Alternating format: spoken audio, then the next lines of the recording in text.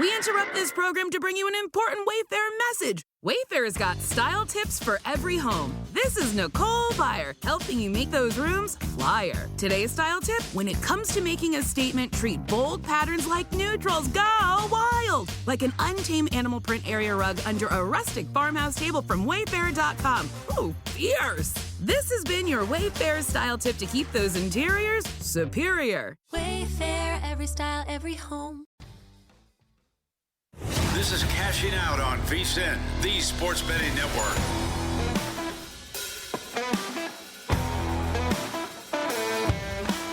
This is Cashing Out right here on VSiN, the Sports Betting Network, and we've got 3 absolutely tremendous hours for you. Of course, we have to give a little bit of reaction to what we just saw out there in the lovely state of Texas with the Dallas Stars getting the job done against Colorado Avalanche. We've got ourselves some great baseball that's happening later tonight, and we just are getting started with regards to this Braves versus Los Angeles Dodgers game as well. Wild rain delay out there. So we're going to have ourselves some good, clean family fun tonight. We've got ourselves a quartet of really good guests, as well as we're going to be joined in 30 minutes by Ian Cameron. He does a tremendous job on so many different fronts, whether that's taking a look at the NBA, NHL, what have you. We're going to be talking a little bit more NHL playoffs with him. We've got a really nice Game 7 that's going to be coming up between the Jets, Jets, and the Blues. So certainly have to break that down. We'll talk a little bit more NBA when that comes to hour number 2. As Zach Cohen, he does great work here at the network. He's going to be joining me, and we're going to be reacting to what we've all seen in terms of the NBA playoffs thus far. We do have ourselves a few Game 7s that are going to be going down, so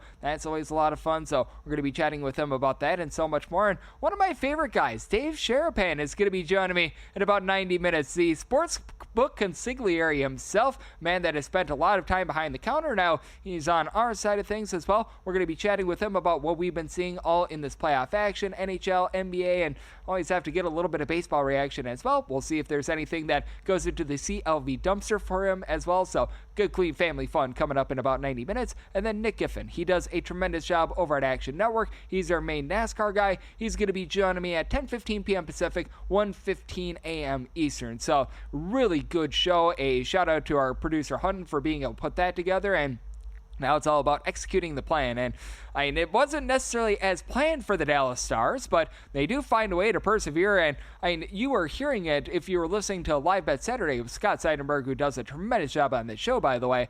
He had minus 1.5 goals for the Dallas Stars on plus 350. He bet that after the first period. Somehow, some way, this gets there. The Colorado Avalanche were up by kind of 2-0. It looked like this was going to be a cruise job. They get up early on in the third period. That gets cut down to a 1-goal lead with, I would say, about 12 or so minutes remaining, and then Mikko Rantanen happened.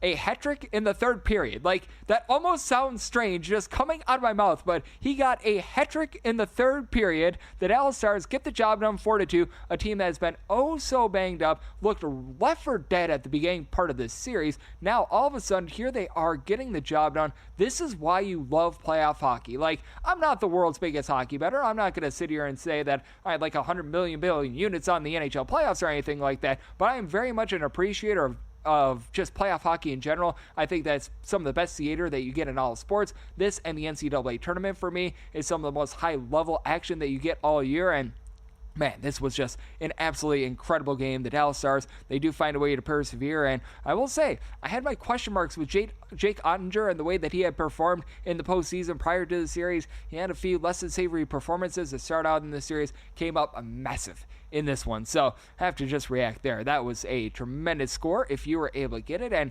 certainly we've got ourselves just a lot that is happening in general in the sports world, as we had the Kentucky Derby go down, as Sovereignty, he was able to get the job done, and now Sovereignty is going to be looking for the Triple Crown, which we've seen a few Triple Crown winners here in the last decade or so. Certainly it's been something that has been a little bit hit or miss with that regard, because you need the horse that won the Kentucky Derby to win the second leg, because if they don't, they typically don't run in the third leg anyway, so you don't have a lot of 2 out of 3 situations there. But I mean, this was a fun one. It was Sovereignty who was one of the odds-on favorites to be able to win the Kentucky Derby, so you got to see everyone all dressed up. That was a good score if you were able to get it. I know that Mike Samich did a really good job of breaking down the Kentucky Derby for us, so shout out to him and shout out to all the great work that he's doing, as this is Cashing Out with myself, Greg Eaps Peterson, right here on VSiN, the Sports Betting Network. And certainly we've got a lot going down in the NBA, but in terms of live sports and what we've all got on that front. Right now, it's all about baseball. You've got a few games that are going down. Again, very strange game between the LA Dodgers and the Atlanta Braves, who they will be playing on Sunday Night Baseball, so they're going to be a little bit less sleepy than what you'd typically find from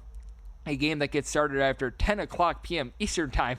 And this is a East Coast game, by the way. This is being played in Atlanta. Currently, that score is 1-1 after 2 innings. And I know that myself and Scott were actually talking about this just behind the scenes and during the commercial break. I was liking this under before all the rain delay and stuff happened. I do anticipate some sleepy bats out there for both of these teams. It's going to be really interesting to see what happens on Sunday because, again, that is going to be a Sunday Night Baseball game. It's not like you're having some sort of an insane bounce back spot, but still, starting up a game at 10 o'clock p.m. Eastern time, typically that doesn't bode well for the bats. Though I will say this, when it comes to rain delays in baseball, I've always made the joke that whatever I liked before is probably now wrong because it feels like rain delays are sort of the twilight zone of baseball. Everything that you think that you know about baseball, it just goes completely out the window, and you just never know what you're going to be able to get. So it's going to be a lot of fun to see what we get in this game, and we'll be tracking it throughout, and I always love to be able to try to find some of those live betting spots. Like in baseball, I think that there are some very, very prime ones when you get a team that's up by a whole bunch of runs,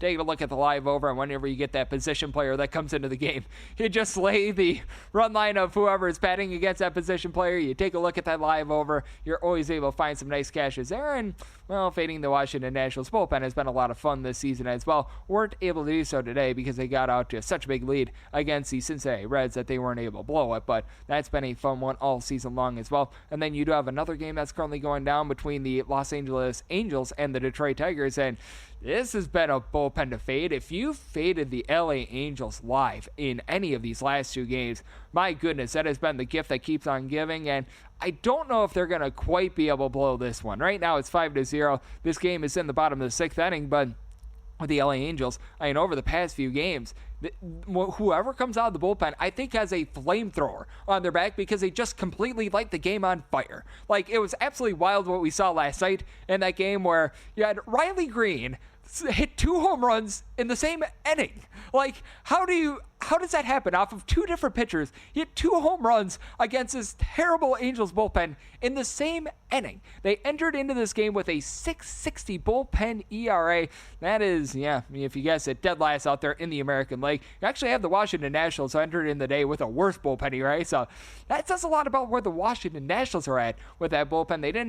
They actually had only 2 players in that bullpen entering into the day with a sub 5.5 bullpen ERA, so do want to be tracking that. And this is a game in terms of Angels versus Tigers that I'm very much sweating the over out on personally, as I know that for the Los Angeles Angels, they've done a great job of cranking out the deep ball season long. Thought that they would get a deep ball off of Jack Flaherty. He got removed after giving up 5 runs, 4 of which were earned in this one, so a little bit of less than savory start. And if you're tracking the LA Angels and that bullpen, by the way, Kyle Hendricks, he has 1 through 6 innings, 72 pitches thus far.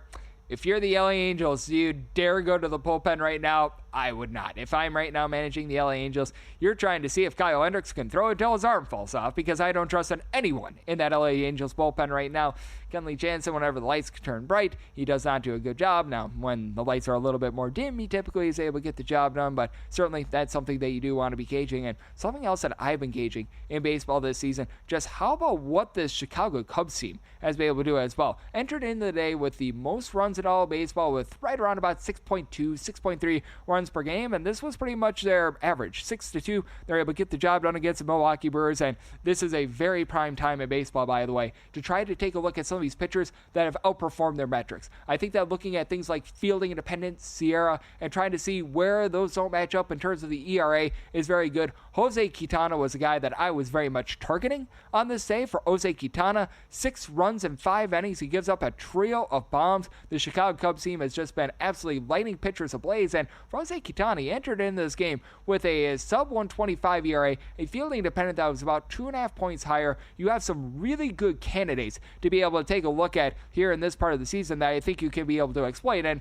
as a matter of fact, I'll be taking a look at one of these for the Sunday card as well. I'll be diving into this a little bit more in depth, but Shohei Managa of the Chicago Cubs certainly comes to mind. He has been giving up north of a home run per 9 innings, 2.77 ERA, fielding dependent, hovering right around about a 4.80. With the fact that he has not been getting a lot of swings and misses thus far this season, that's certainly one that I'm going to be taking a look at. When it comes to some of these other guys, it can be a little bit more hit or miss across the board, and certainly I think that it's very curious that Lance McCullers Jr. is going to be making his first start on Sunday since the year 2022. You typically don't have that very often. We've had a lot of things happen since the year 2022, including the Detroit Pistons having I think it was 90-day losing streak in that time span. There's been a lot of stuff in general, so that's going to be a relatively fun one to take a look at. So we do have a lot that is happening on that front. And speaking of those Houston Astros, by the way, they were able to get the job done here today, and they're one of those teams I think is very curious. And I do think that when it comes to baseball, this is a little bit more of a trend sport than what you're going to be finding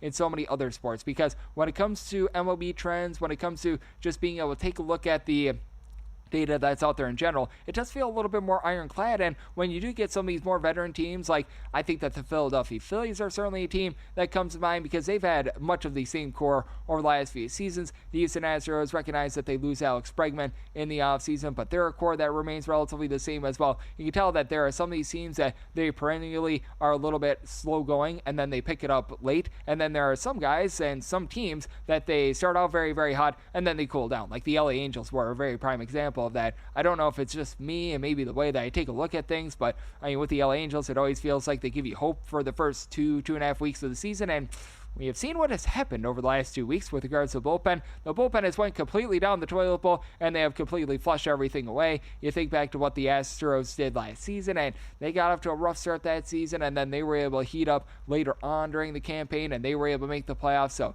that's very much something that I keep in mind, and you're able to do that for pitchers as well. Like Zach Wheeler is a good example of this. Obviously not going to be starting on Sunday, but I remember he just all throughout his career in the months of March and April have always had a little bit of a higher ERA in those months rather than what you're going to find in the back half of the season. And then a guy like Nathan Eovaldi, he starts very, very hot to begin the season. He then cools down towards the back half of the season. So being able to gauge that is something that's very important. You're going to be getting a lot of that tonight here on this show. You're going to be getting a look at all the Game 7s that we're getting, not just in the NHL, but in the NBA. Such a great time of year. I recognize that we don't have NFL football, but we actually do have other forms of football at this time as well. And we're going to be breaking down so much of it next, right here on Cashing Out on VSiN, the Sports Betting Network.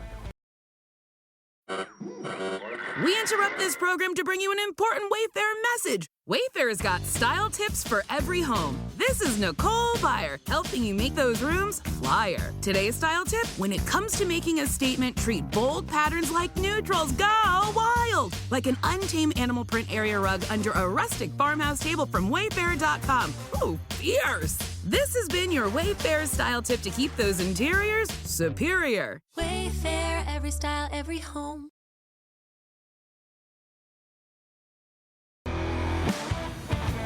Welcome back to Cashing Out here on VSiN, the Sports Betting Network.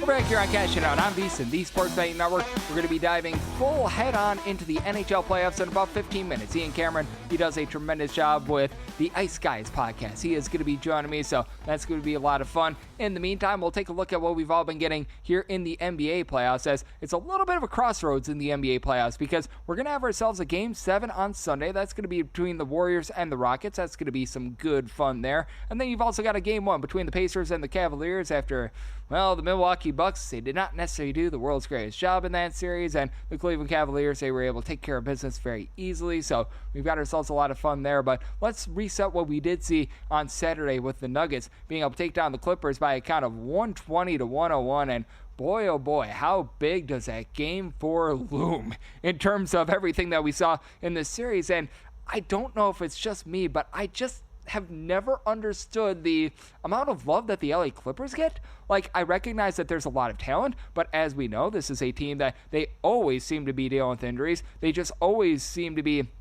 having a little bit of difficulty in general, being able to fire on all cylinders when they needed to most, and that happened once again. James Harden, I recognize that he was able to give out 13 assists. He had a plus-minus of a -29, and he scored 7 more points than Greg Peterson. And I don't play on the LA Clippers.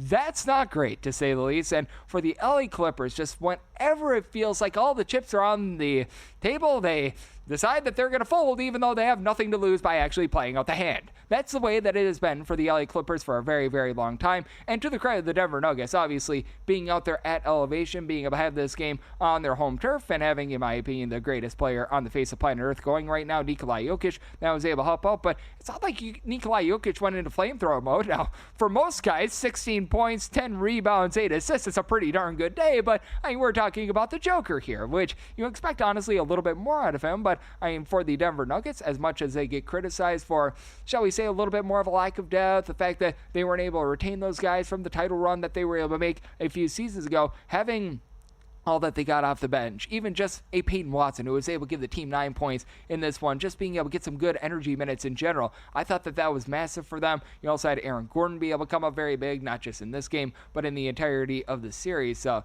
it's going to be very, very curious to see what happens with the Clippers moving forward, because this is not a young team, to say the least. James Harden, who knows how many seasons he's got left in him, and how can you ever bank on Kawhi Leonard being healthy for another playoff? Like, you just never know when that guy is going to get hurt, because last time the Clippers won a playoff series, he had some sort of mysterious injury immediately afterwards, and he was out for quite some time afterwards. And for the LA Clippers, man, just very much a blown opportunity for them. Chris Dunn, a guy that I've always liked as well, he came up with 3 points in this one as well, so he just needed a little bit more there. So I do find that to be very curious, and that was a Game 7 that went over the total, and I do think that it's going to be interesting to see what we get in terms of this Game 7 between the Warriors and the Rockets, because right now, with regards to that total, I'm seeing it right around about a 203.5, and this has been a series in which it has been topsy-turvy, because it began out being the under series. The first 3 games of the series, very low scoring. Since then, things have really heated up, with both teams getting to at least 106 points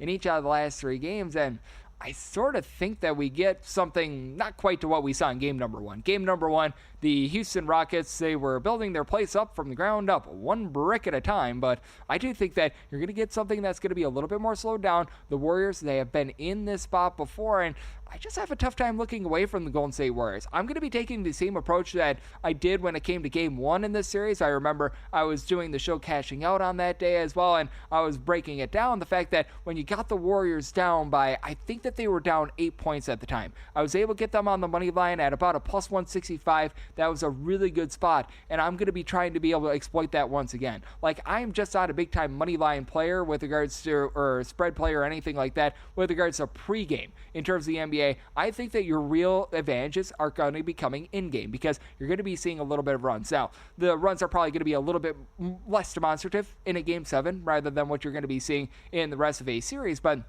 in the NBA, everyone does make a run, and I always make this joke, and I oftentimes feel very, very justified. When you bet on a team prior to the game in the NBA, that team that you bet on is probably going to be up or down by 15 points at some point in the game, typically within the same half. Like, we see that so often in this league, so I think rather than taking a look at a total of a 203.5, rather than taking a look at this spread of 2.5, being able to wait for your number. If you like the Houston Rockets, wait for the Golden State Warriors to be able to have a little bit of a run, whether that be in the second half, whether that be early on. If you're like myself, you try to find that spot where the Golden State Warriors gets down like 6 to 8 points, and then you're able to maximize that money line. Like, right now, you could get about a plus 120 or so. I believe that you're going to be able to get some sort of a number that is going to be a little bit better than this. Like, even in Game 1, where the Warriors, they had control of that game from like the middle part of the second quarter on, I was still able to extrapolate a little bit more value on that number, just because I had waited a few minutes. I waited until the Golden State Warriors, they were down by a few points, but I had liked what I had seen. I thought that the shooting was going to heat up. That's really what you want to do.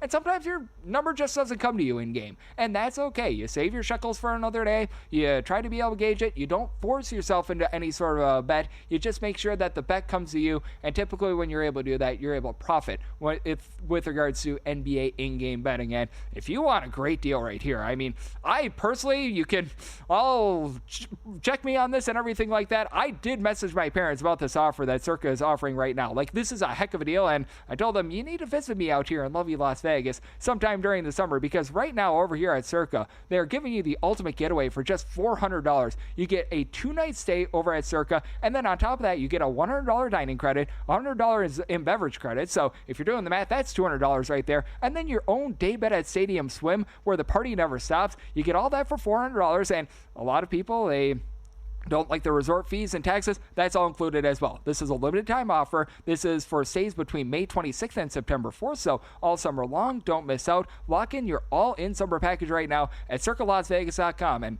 hopefully my parents are listening, and hopefully they do take advantage of that as I'm hosting Cashing Out right here on VSiN, the Sports Betting Network. Greg Oops Peterson coming at you. That is a heck of a deal, and it is a heck of a deal to be able to get in on those good in-game numbers with regards to the NBA as well. And then I do think that it's going to be interesting to see what we get in that game number 1 between the Pacers and the Cleveland Cavaliers. Obviously, both teams were able to take care of their business very early on, so you've got that just very interesting circumstance where you've got a game 1 starting up on the same day as a game 7, and right now for the Cleveland Cavaliers, about a 7.5 point favorite. And with the Cleveland Cavaliers, if I had to play this right now, I would be laying it with them just because they have been oh so dominant at home this far this season, and Pacers have been a little bit shaky on the road. Not necessarily a terrible team on the road, but they've been right around about a 500 team thus far this season on the road. It just feels like they get a little bit of different energy and vibe when they are in the state of Indiana, so that's always something that I do take a look at. And for the Indiana Pacers, I just flat out thought that they got a really good matchup going up against the Milwaukee Bucks in the previous series. I'm someone from the great state of Wisconsin. I did not see it with the Milwaukee Bucks this season, and clearly that came to fruition as Murphy's Law hit that team. Everything that could go wrong did go wrong, and then you had Barents getting into the face of Giannis Antetokounmpo. That was less than tremendous, to say the least. That was not good, clean family fun. And for the Cleveland Cavaliers, they just have been the big bad wolf all season long out there in the East. Now, in order to be the man, you got to beat the man, and the Boston Celtics clearly have been the man out there in the East for a bit of time, but with the way that the Cleveland Cavaliers have just been able to operate, the way that they've got so much size, they've got the Twin Towers down low on Allen and Mobley, I think that that's going to take it out of the Indiana Pacers, who, the Pacers, they've got good versatility, they've got a lot of scoring, and that's why you've got a really high total. You just don't find this in the postseason very often, where you've got a total of 229.5. It does lead me to thinking that this might be a little bit more of an underwhelming series. I do think that in a game 1, you do find a little bit more value on the under because you have a little bit more of a feel-it-out process. These two teams, they're looking to be able to find their bearings, try to see what works, what doesn't. You're going to get a little bit more experimentation as these teams are starting to just settle in a little bit more in general. But I do think that with the Cleveland Cavaliers, this is a team that I have a lot of faith in terms of being able to go deep. And what I think has been so stark for the Cleveland Cavaliers has been the adage of less is more. And by that, I mean Donovan Mitchell actually saw a little bit of a drop-off this season in terms of scoring, but he's been letting the other guys cook. Darius Garland being able to come into his own. I was mentioning the Twin Towers, what they've been able to do for this Cleveland Cavaliers team. That's been really big. And for the Indiana Pacers, they've got a case to say that Tyrese Halliburton, who's been just one of the most versatile players in all of basketball, has a case to be a big-time X-factor in this series, and I certainly think that he's going to be. He and Pascal Siakam have been rock solid all season long, but I do think that for the Cavaliers, probably going to be a little bit too much for them. Again, I'll probably be looking at some sort of an in-game number here. I do believe that we're going to be able to get it for even as dominant as the Cleveland Cavaliers were in that series against the Miami Heat, and man, 138-83 in game number 4 was just absolutely dominant. I do think that this is going to be a little bit of a tougher run, and this is a step up in competition for the Cleveland Cavaliers. Let's call it what it is. The Miami Heat, they really didn't have expectations of being able to make it to the playoffs. As a matter of fact, when you trade away Jimmy Butler, you think that you're in tank mode, and somehow, some way, with how bad the East was, someone had to make the playoffs, and the Miami Heat just so happened to be one of those someones that ended up making the playoffs. Obviously, the Chicago Bulls fell rear end backwards into the play-in tournament as well, so that was very interesting circumstances to say the least. But I do think that with the Cavaliers, might take them a little bit of time, but I do think that they're going to be able to get the job done. And if you want to talk about a man that always gets the job done, that'd be our good friend Ian Cameron. He does such a tremendous job. Take a look at everything out there on the ice. He does a great job with the Ice Guys show/podcast, and we're going to be talking about Game 7 and so much more with him next, right here on Cashing Out on VSiN, the Sports Betting Network.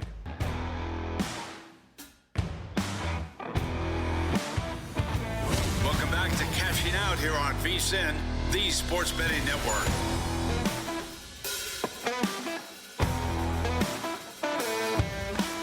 We're back here on Cashing Out on VSiN, the Sports Betting Network. Great to be joined by this man on the Progressive Guest Line as we've got Ian Cameron aboard. He does a tremendous job as a handicapper, and he does a great job with his show/podcast, The Ice Guys, joining me right here. And Ian, it is great to have you aboard, my friend. Thank you so much. Greg, it's been too long. I hope you're doing well, and I know hockey fans are doing well tonight, Greg, because this was one hell of a hockey game, and if you're a fan of the sport, it was just breathtaking stuff, especially that third period. Oh, it absolutely was. And I mean, the best part is we've got another game 7 that's going to be happening on Sunday. But first things first, just take me through what you saw in that Dallas Stars third period comeback, because they looked like they were left for dead multiple times in this series. Like, we recall all the injuries that they were going through. After that game 1, I thought that they were dead and buried and that was going to be a quick series. Turns out it goes 7 games, and it turns out that it goes the Dallas Stars way in one of the most thrilling ways possible. Yeah, it's thrilling indeed, Greg. And of course, the headline story is Mikko Rantanen for the Dallas Stars against his old team who traded him away, the Colorado Avalanche, where he won a Stanley Cup a few years ago. He decides to go nuclear and go Superman on his former team, the Colorado Avalanche, in that third period. It was just a stunning, spectacular performance. It was just a display of why for the last several years he's been one of the better players in the National Hockey League. You look at just the elite shot that got the game back to 2-1. It was just a perfect shot. There's not much Mackenzie Blackwood, the goaltender for Colorado, could have done. And then you just look at the smarts, Greg, of the tying goal. He sees that the defenseman, Sam Girard's at the side of the net. Blackwood's kind of vacated that near post side, and he has the wherewithal to just throw that puck out in front, bank it in off the defenseman Girard and in for the tying goal. And, of course, he puts the empty net goal in to put it away. But he also had an assist on the power play goal by Wyatt Johnston, which gave Dallas a lead. I didn't love the call that was made on Jack Drury that led to that power play. I think it was kind of a call I wouldn't have loved seeing a referee make at that stage of the game. But at the end of the day, you got to get a kill if you're Colorado. You got to get a penalty kill at that critical time in a must-win game at 2-2 in the third, and they couldn't get it. No, they could not. And I think the big question becomes now, can the Dallas Stars survive and advance another round in the postseason? Because they're going to be taking on the winner of this Game 7. That is going to be between the Winnipeg Jets along with the St. Louis Blues. And I think that this is such an interesting matchup because with the Winnipeg Jets, they had the most points out there in the league. Right now, they're about a minus 155 or so favorite, depending upon where you look on the money line. But it doesn't feel like the Winnipeg Jets necessarily got that respect all season long. And with the St. Louis Blues, they have played this team very tough, very scrappy all throughout this series. It's one of these series, Greg. Do you follow what we've seen so far? The home team, true to form, winning all 6 games so far in this series, because that's exactly what we've seen. Home teams are 6-0 so far in this St. Louis Winnipeg series. Or is there maybe a little sign that a change of the tide maybe, and the Blues can finally be a road team to win here and get Game 7? And I've seen this before unfold in the NHL Stanley Cup playoffs, where the first 6 games are all won by the home team.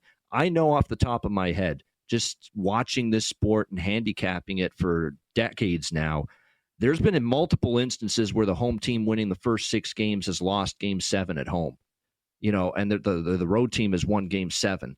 So we've seen a break in the pattern in the Stanley Cup playoffs before. And I'll tell you this right now, I know Winnipeg is the President's Trophy winners this year, the best regular season record in the NHL, one of the best home teams in the NHL this year. They've got a formidable team up front. Mark Scheifele, who missed Game 6, may actually be back for the Jets here in Game 7. It's going to be a game-time call there. They're a phenomenal team. Great defense led by Josh Morrissey, but the pressure's all on them. This is a team that's had first-round exits, disappointments, and it all starts with their goaltender, who is going to be facing, I think, kind of a referendum on his career.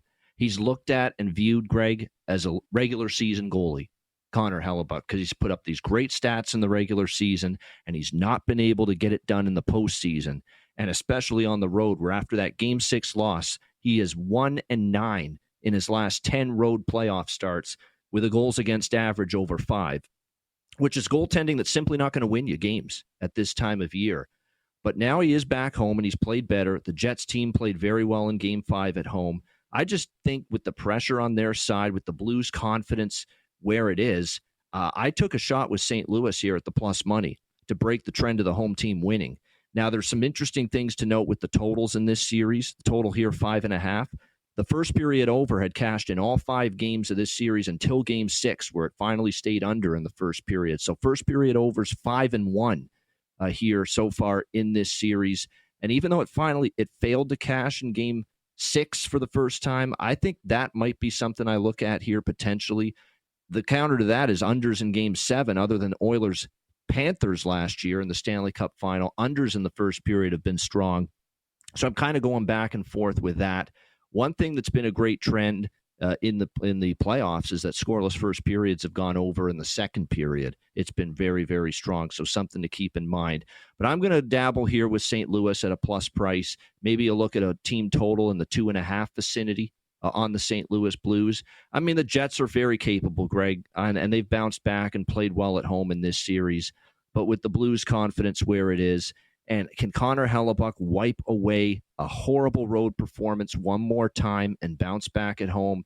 Maybe he can, but I'll have to see it before I believe it. Yep, it certainly has been that case, and you even go back to the Four Nations tournament as well. That's something that haunts him just a tad as well. As we've got Ian Cameron, he does really good work over at the Ice Guys Show /podcast, joining me on Cashing Out on VSiN, the Sports Betting Network, and Smarter Bets. They certainly do start here for a limited time here at VSiN. We're cutting the price of our annual subscription from $240 down to $199, so nice $41 savings, and you get 14 months of VSiN Pro Access. We're giving you 2 extra months for free, so you're getting it all for less than 50 cents a day. That gives you our daily best bets to all of our VSiN shows and guest picks, exclusive betting splits from DraftKings and Circa, 24/7 video access, and so much more. You go to the site, vsin.com/subscribe, type in the word PRO, P-R-O, to be able to claim that offer. That is P-R-O with regards to that promo code. And Ian, I do want to ask you about this because it's going to be a tremendous Game 7 between the Jets along with the St. Louis Blues. And as we know, they're going to be facing off against the winner that we saw here tonight in the Dallas Stars.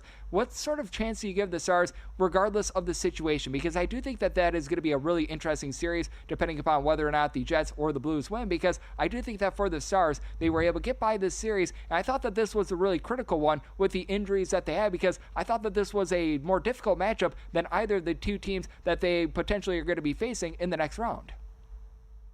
Well, we have to remember a couple of things, Greg, about Dallas. They've been to the conference final 2 years in a row. We know this is a team that can go deep into the playoffs. We also know this is a team that was incredibly shorthanded in this first-round victory against Colorado without their best defenseman, and it's not even close. I mean, Miro Heiskanen is easily their best defenseman. He's one of the best defensemen in the NHL.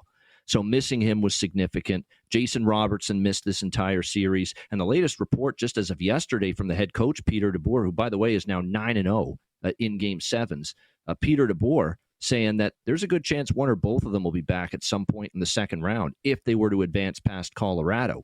So the fact, Greg, they're going to get these two guys back probably at some point in this series, and the fact that they've been able to get past such a really good team, like, we can't understate this, how impressive this was by Dallas. Shorthanded, they would beat a team that legitimately could have won the Stanley Cup. It is a shame. It is a travesty based on the NHL playoff format that a team as good as Colorado is out in the first round.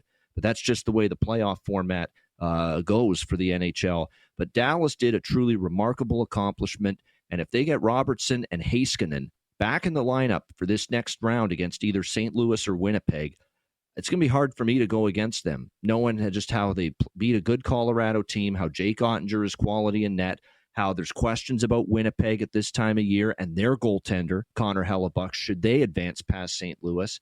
And if Dallas plays St. Louis, as much as I respect the Blues and they're red hot coming into the playoffs, the run just to get into the playoffs, I think Dallas just a little bit deeper than them and just a little bit, and certainly would be a little bit stronger, I think, on the back end if they get Heiskanen back and would be able to get past the Blues. So if you ask me right now, Greg, I would say I like Dallas's chances in the second round, regardless of opponent.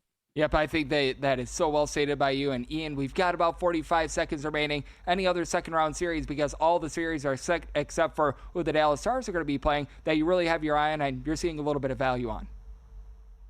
I think there's a little value on Toronto. Now, I caution this because Florida is phenomenal, and it would not shock me if Florida wins the series. I just did not expect Florida to be minus 175, that big a favorite, even though they've been so impressive without home ice advantage. And then Carolina, Washington. I like Washington in that series. Carolina feasted on a New Jersey team with 3 defensemen out. New Jersey team missing Jack Hughes, their best forward. And it's going to be a lot tougher, I think, now for Carolina against Washington. And Carolina is another team that second round is usually where they've had a lot of exits. And I like what I saw out of Washington, and especially Logan Thompson. He was spectacular against Montreal. I think he's the better goaltender than anything Carolina has. I think the Capitals will advance in that series. And I think that Ian is one of the best in the business, always delivers great insight, so a big thanks to him. And coming up next, how about if we talk some baseball and cash it out on VSiN, the Sports Betting Network.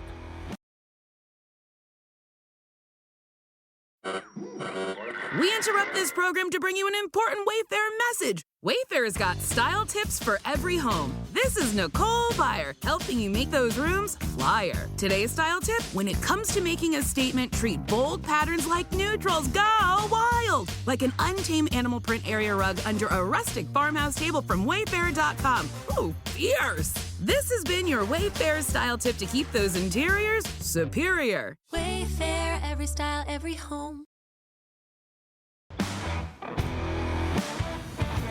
Welcome back to Cashing Out here on VSiN, the Sports Betting Network.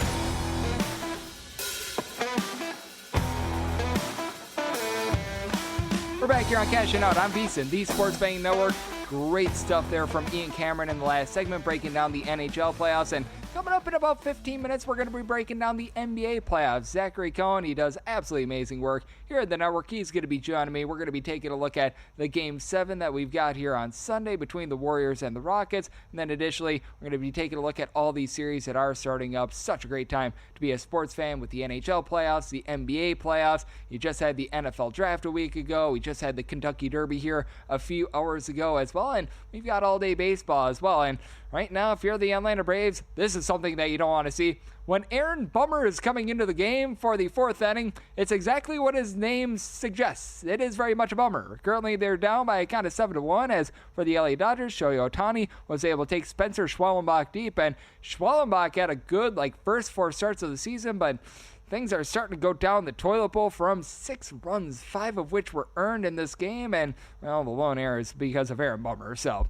that's not great, to say the least, for this Atlanta Braves team. But for the Braves, even though they did enter into the day 8-4 at home, I still think that there's fair reason to be concerned because they did dig themselves such a big hole. Now, because you play against the San Diego Padres and the LA Dodgers to begin the season on the road, that means that your schedule is going to be easing up a little bit, but still, this has been a squad that when they've been on the road, they've had a little bit of a rough go of it. They were able to win those games against the Arizona Diamondbacks, but even taking a look and losing 2 out of 3 against the Tampa Bay Rays a little bit earlier in the month, you have to have some concern there. Dropping 2 of 3 to the Toronto Blue Jays, need to be doing a little bit better on that road trip. And for the Atlanta Braves, I don't know how sustainable it is what they've gotten out of the bottom half of the lineup as well. You've had a few guys like a Nick Allen, you've had also an Eli White be able to step up for the team. Both of these guys entered in the night hitting north of a 275, and I just don't know if that's necessarily sustainable for them. Alex Verdugo coming back is rock solid, and at some point you're going to get Ronald Acuna Jr. back as well, but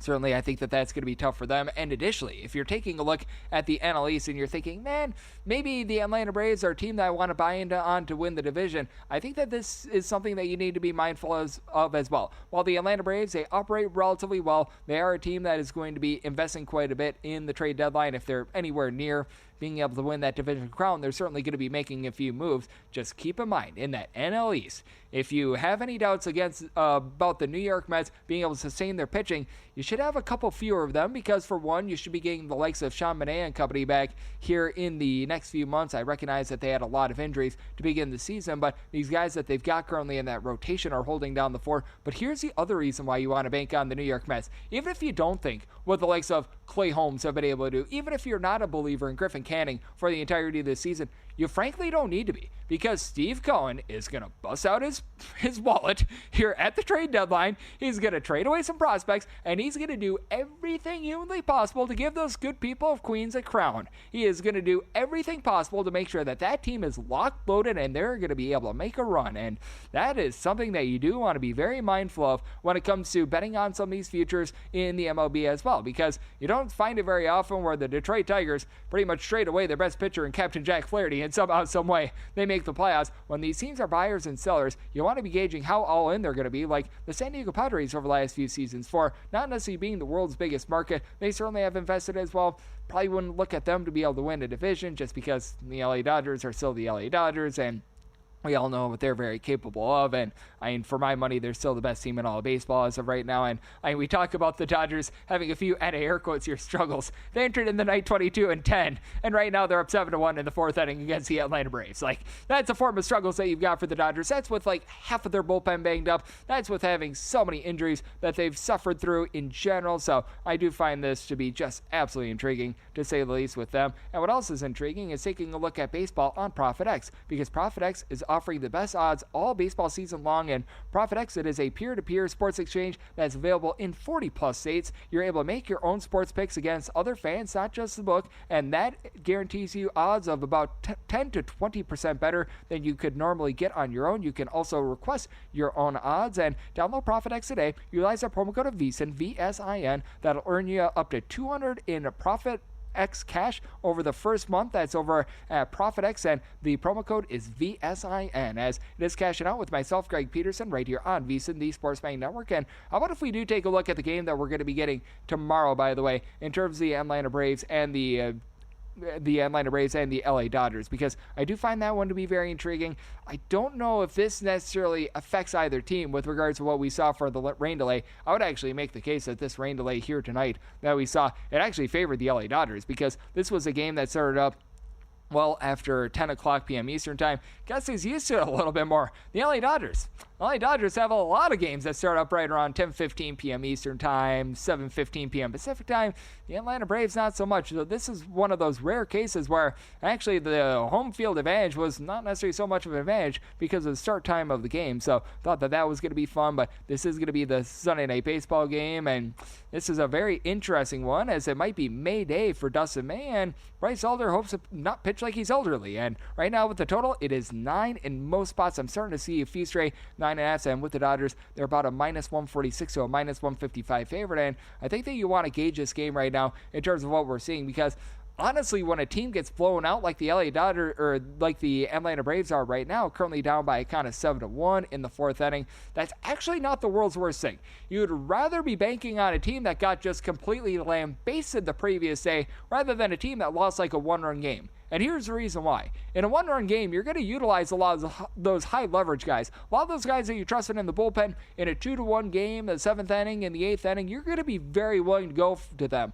Guess what you're not going to be doing? You're not going to be burning up Rossiel Iglesias in a rain delay game of several hours, and you're going to be throwing him in like some sort of 7-1 game, 8-1 game, something like that. If it's a 1-2 run game, yeah, you might be throwing out the Rossiel Iglesias. Probably not going to be doing that in a game that is blowout city. Now, that works conversely for the LA Dodgers as well. They're probably not going to be throwing Tanner Scott if they're up like 10-1 in the 9th inning or anything like that. You don't need to break out the Mariano Rivera Enter Sandman music or anything like that, because it's not a save situation, but I do think that that's something that you want to be gauging in.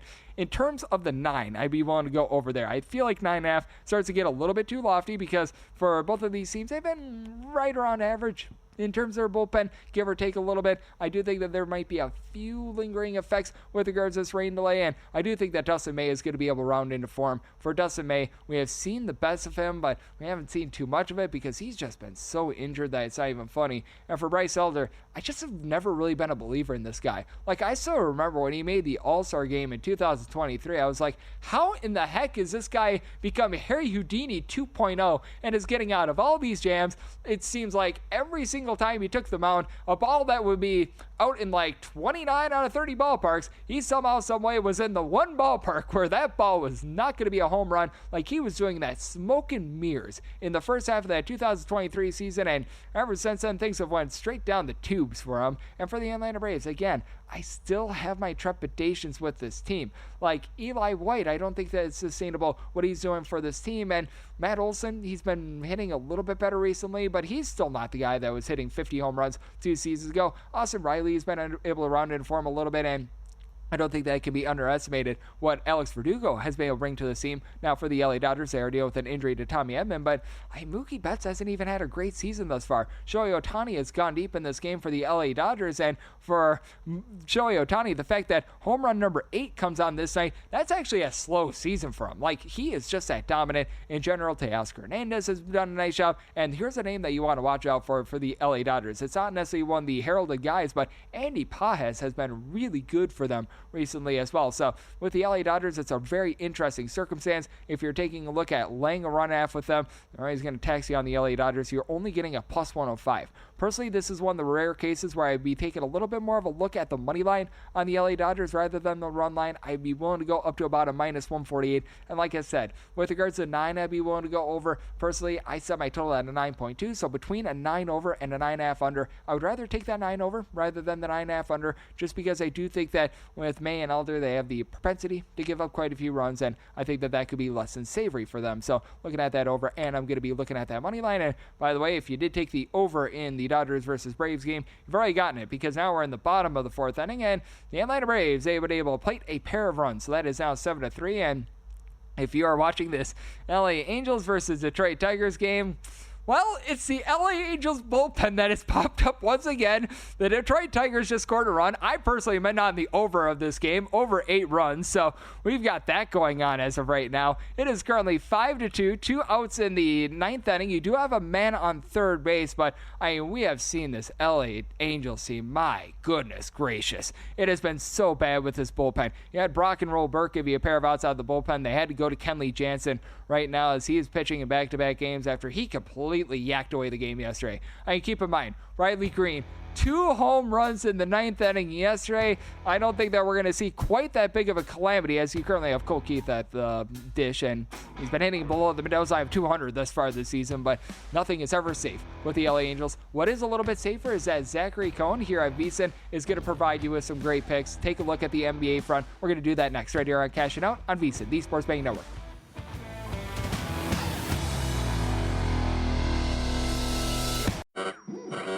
We interrupt this program to bring you an important Wayfair message. Wayfair's got style tips for every home. This is Nicole Byer, helping you make those rooms flyer. Today's style tip: when it comes to making a statement, treat bold patterns like neutrals. Go wild! Like an untamed animal print area rug under a rustic farmhouse table from Wayfair.com.